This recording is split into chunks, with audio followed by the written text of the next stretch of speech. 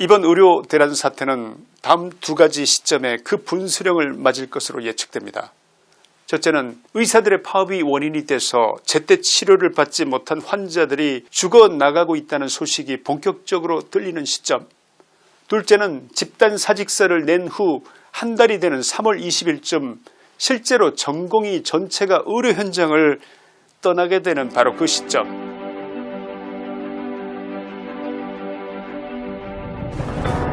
대한민국은 유난해도 너무 유난한 나라가 아닌가, 때로 이런 생각해 보신 적 없으십니까? 특정 방송사의 광우병 사기 보도가 온 국민을 광란의 도가니로 몰아넣더니 박근혜 정부 때는 온갖 거짓말과 유언비어가 온 국민들을 그야말로 돌아버리게 했던 일도 기억나십니까? 해마다 벌이는 노동계의 파업은 또 얼마나 극렬했습니까? 이런 일들을 기억하자면 정말 우리나라는 유난해도 너무 유난한 나라였구나, 이런 생각이 드는데 여러분의 생각은 어떠십니까? 제가 왜 이런 얘기를 꺼내는지 짐작이 가실 것 같은데, 지금 우리는 어쩌면 또 한 번의 그때와 같은 생난리를 유난스럽게 치르고 있는 것이 아닐까 하는 생각이 들어서입니다. 이른바 의사수 증원에 따른 의료계의 파업 사태가 의료 대란으로 치닫고 있는 상황인데, 역사는 과연 오늘의 이 사태를 어떻게 훗날 평가할까요? 수많은 의료인들이 아픈 환자들을 두고 병원을 떠나면서 실력 행사에 나선 이 상황 말입니다. 사람의 목숨이 경각에 달려있는데 과연 사람이 몇이나 죽어나가야 이 일이 끝날 것인지, 광우병 사태, 촛불 사태처럼 지금의 의료 대란은 가까운 훗날 역사가 분명히 어떤 평가를 내리긴 내릴 텐데 벌써부터 그것이 궁금해서 드리는 말씀입니다. 의대생 2,000명을 증원키로 한 정부의 결정에 대해서 전공의들을 중심으로 의료계 전체가 사실상 벌집을 쑤셔 놓은 듯 발칵 뒤집힌 상태입니다. 현재까지 주요 100여 개 수련병원 전공의 8,816명이 사직서를 제출했고, 이 중 7,813명이 병원에 출근하지 않은 상태입니다. 사실상 전체 전공의 3분의 2, 71%가 넘는 의사들이 의료 현장을 떠난 것입니다. 게다가 27개 대학의 의대생 7,620명이 집단 휴학을 신청했는데, 문제는 이것은 시작에 불과하다는 것입니다. 제자를 지키겠다면서 의대 교수들까지 움직일 분위기입니다. 한마디로 의사들 숫자를 늘리는 것은 의료계 전체가 받아들일 수 없다는 것이 주장의 여지입니다. 어떻게 해야 될까요? 지난 정부들 모두가 실패했던 것처럼 이쯤에서 정부는 의대 증원을 포기하고 물러서야 되겠습니까? 여러분의 생각이 궁금합니다. 서울대 의대 의료관리학과 김윤 교수의 MBC 100분 토론에서의 발언이 주목됩니다. 의사가 부족하지 않다는 토론 상대방의 의견을 반박하면서 그가 했던 말은 의료계의 현실을 아주 현실적으로 그리고 충격적으로 정리해 준 말이었는데 들어보시겠습니까? 그 발언 내용을 정리해드리면 이렇습니다. 2억 원 남짓하던 종합병원 의사 연봉이 최근 3억 4억으로까지 올랐다.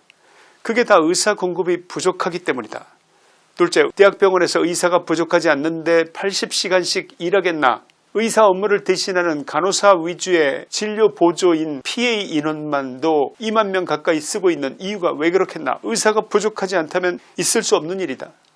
셋째, 2,000명 증원 정책은 의대 쏠림 현상을 부추길 뿐이며 이공계의 우수한 인력을 의료계로 끌어들여 국가적 피해를 더 크게 할 수 있다는 주장에 대해서 김윤 교수는 이렇게 반박했습니다. 그것도 의대 증원만이 해결 방법이다. 의대 쏠림의 근본적인 원인은 의사 수입이 다른 직업을 선택하는 것에 비해서 압도적으로 높기 때문이고, 그 문제를 해결하는 방법은 의대 증원을 통해서 의사 수입을 적정 수준으로 낮추는 것이 핵심이다.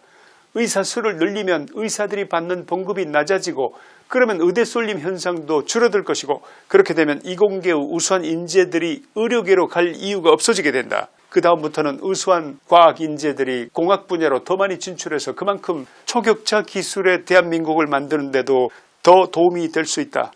여기까지가 김윤 교수의 100분 토론에서의 발언 요지입니다. 대단히 명쾌하게 정리되어 있지 않습니까? OECD 국가들과 우리나라를 비교하면 우리나라의 의사 수가 과연 얼마나 부족한지 알 수가 있습니다. OECD 국가들의 경우 인구 1000명당 의사 수는 평균 3.7명인데 비해서 한국은 2.12명입니다. OECD 국가들 전체에서 가장 하위를 차지하고 있습니다. 이 국가들은 이미 우리나라보다 훨씬 많은 의사들이 있는데도 불구하고 최근에 또다시 의사들의 숫자를 급격히 늘렸습니다. 그 나라의 의사들도 우리나라 의사들처럼 극심한 반발과 파업과 데모가 있었는지 확인해 봤습니다. 첫째, 일본의 경우 2007년까지는 의대 정원이 7,625명이었는데 2008년부터 꾸준히 증원이 이루어져서 현재 해마다 9,400명을 뽑는 중입니다. 그러나 이 과정에서 일본 의사들이 파업을 했다거나 의사수 증원에 반대해서 격렬한 데모가 있었던 적은 단 한 번도 없었다는 것입니다. 일본의 인구가 한국보다 2.4배 정도 많다는 것을 감안하더라도 일본은 현재 한국의 3배가 넘는 의대생 정원을 가진 것입니다. 둘째, 미국도 인구 1000명당 의사가 2.7명으로 OECD 국가들 평균인 3.7명보다 낮은 의사 부족 국가로 분류됩니다. 미국 의과대학협회는 2033년까지는 최대 13만 9천여 명의 의사가 부족할 것으로 전망하고 있어서 2002년 16,488명이던 의대 정원을 올해는 2만 2,981명으로 늘렸습니다. 이 과정에서 의사들의 집단 반발이나 데모를 했다는 소식은 아예 찾아볼 수가 없습니다. 셋째, 독일은 인구 1000명당 의사가 4.5명으로 현재 2.12명인 우리나라의 2배가 넘습니다. 그런데도 2015년부터 의대 정원을 매년 0.7에서 2.2%씩 늘려서 2022년 기준 의대 정원은 1만 1752명이 됐습니다. 독일 인구가 우리나라의 1.6배라는 것을 감안하더라도 의대 정원은 우리의 4배에 가까운 것입니다. 독일 의사들 어느 누구도 이에 대해서 반발하거나 시위를 하거나 단체 행동에 나선 사실 자체가 없습니다. 이 나라들이 왜 이렇게 급격하게 의대 정원을 늘리고 있는 것인지 짐작이 되십니까? 다름 아니라 고령화 때문입니다. 고령화는 우리나라만의 문제가 아닌 전 세계적 추세입니다. 인구 비율상 고령 인구가 증가하게 되면 만성질환자들 역시 급격히 증가하게 되고 의사들의 진료의 필요성 또한 급증할 것이기 때문에 그래서 지금 전 세계 여러 선진 국가들은 급격히 의사들을 늘려서 이러한 의료 수요에 대비하고 있는 것입니다.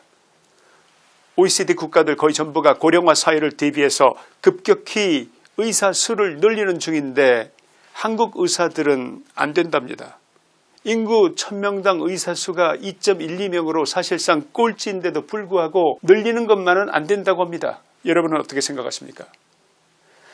윤 대통령은 며칠 전 국무회의에서 다음과 같은 지적을 했습니다.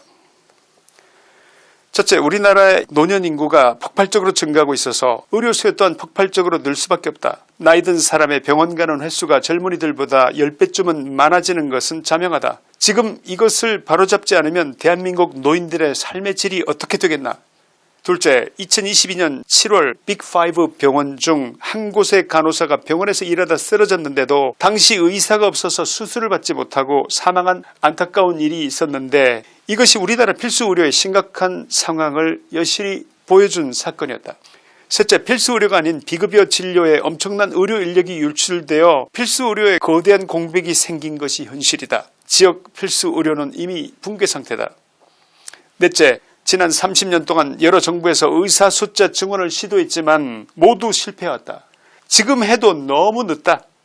이제 더 이상은 늦출 수 없는 단계까지 왔다. 다섯째, 지난 수십 년 동안 의료 수요는 폭발적으로 증가한 데 반해 의대 정원은 오히려 과거보다 더 줄었다. 늘어도 시원찮은데 과거의 절반으로까지 줄어들었다. 이게 어떤 말로 설명이 되나?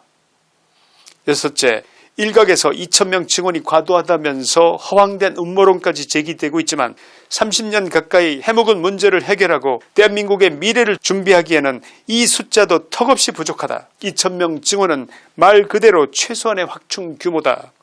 일곱째, 서울대학교 의과대학의 정원의 예를 들면 현재 한 학년 135명이지만 40년 전인 1983년에는 무려 2배인 260명이었다. 의대 증원으로 의학교육의 질이 떨어질 것이라는 주장과 우려는 맞지 않다.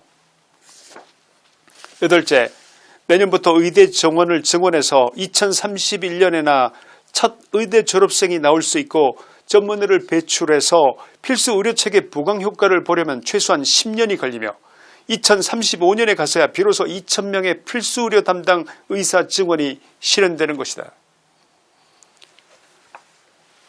결론입니다. 존경하는 의사 여러분, 여러분은 학창시절에 누구보다 공부 잘했고 성실했고 수련의 과정에서 병원 구석에서 쪽잠을 자면서 누구보다 고생하고 노력해서 그 자리에까지 가신 점을 모든 국민들이 잘 알고 있습니다. 전 세계 어디에 내놔도 실력면에서 가장 우수한 의사들로 평가받는 분들이 바로 여러분이라는 점도 잘 알고 있습니다. 코로나19 시절에 여러분의 헌신과 고귀한 희생으로 우리 국민들의 건강을 지켜낸 분이 바로 여러분이라는 점에 대해서도 윤 대통령을 포함한 모든 국민들이 한마음으로 여러분을 존경하고 고마워한다고 생각합니다. 그러나 국가를 운영하는 대통령의 입장을 생각해 보십시오. 그가 대통령으로서 어떻게 이 일을 안 할 수가 있겠습니까? 지금도 응급실 뺑뺑이에 지역 의료체계가 망가져가는 이 나라의 현실을 어떻게 보고만 있겠냐, 그 말씀입니다. 지금 이대로라면 세계 최고의 속도로 급증하는 우리나라 노령 인구의 의료 수요를 감당할 수 없게 되는 미래가 빤히 보이는데, 그런데 어떻게 이대로 두고만 보겠습니까? 지금 당장 안 하면 안 되는 일이라서 그것을 하겠다는 것 아니겠습니까?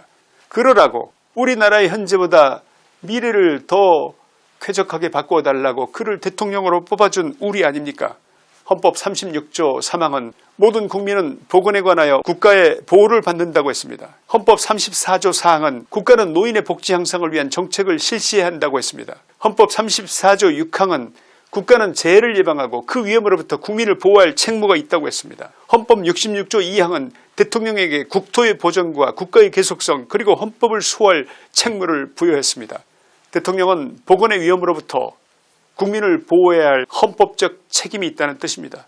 대통령이 이번 일을 반드시 해내야 한다는 그 의미인 것입니다. 이번 의료 대란 사태는 다음 두 가지 시점에 그 분수령을 맞을 것으로 예측됩니다.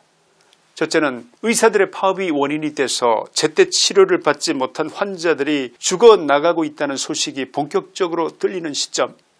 둘째는 집단 사직서를 낸 후 한 달이 되는 3월 20일쯤 실제로 전공의 전체가 의료 현장을 떠나게 되는 바로 그 시점. 의료인 여러분들이 윤 대통령을 잘 모르시는 것 같습니다. 이런 분은 옳다고 믿는 일을 하는 데 있어서 어떤 압박을 받더라도 물러나지 않습니다. 검찰총장이던 시절에 그분의 모습을 기억하십니까? 한국병의 상징인 양대 노총의 불법 파업들을 윤 대통령이 어떻게 다루었는지 잊으셨습니까? 그가 물러나던가요? 계획대로 국가를 이끌어가는 데 있어서 적어도 옳지 않은 것을 바로잡는 일에 관해서라면 그 누구의 그 어떤 비난도 아랑곳하지 않는 분인 걸 그래도 모르시겠습니까? 보건복지부 박민수 차관은 자신들의 권리를 환자의 생명보다 우위에 두는 의사단체의 인식에 우려와 유감을 표한다면서 의료인의 기본 소명은 국민의 건강과 생명을 지키는 것으로서 이를 위협하는 그 어떠한 집단 행동도 정당화될 수 없다고 했습니다. 정책 추진 초반부터 반발해온 의사협회 등 의사단체에 이어 어제는 의대 교수들까지 나서서 후배를 지키겠다고 선언했습니다. 윤 대통령은 후배를 지키겠다는 그 의사들을 향하여 환자를 지켜야 한다고 했습니다. 여러분은 누구를 지키는 것이 옳다고 생각하십니까? 시간이 지날수록 다수의 사람들이 죽음을 맞을수록 불리해지는 측이 누구일 것 같습니까? 현실적인 판단을 해야 한다고 생각합니다. 여러분이 있어야 할 그곳 의료 현장을 지키시면서 불합리하다고 생각해 오신 부분이 있다면 그것을 하나하나 조정해 나가시는 현명한 선택을 해주시면 안 되겠습니까? 국가공무원 인재개발원장 김치환이었습니다. 감사합니다.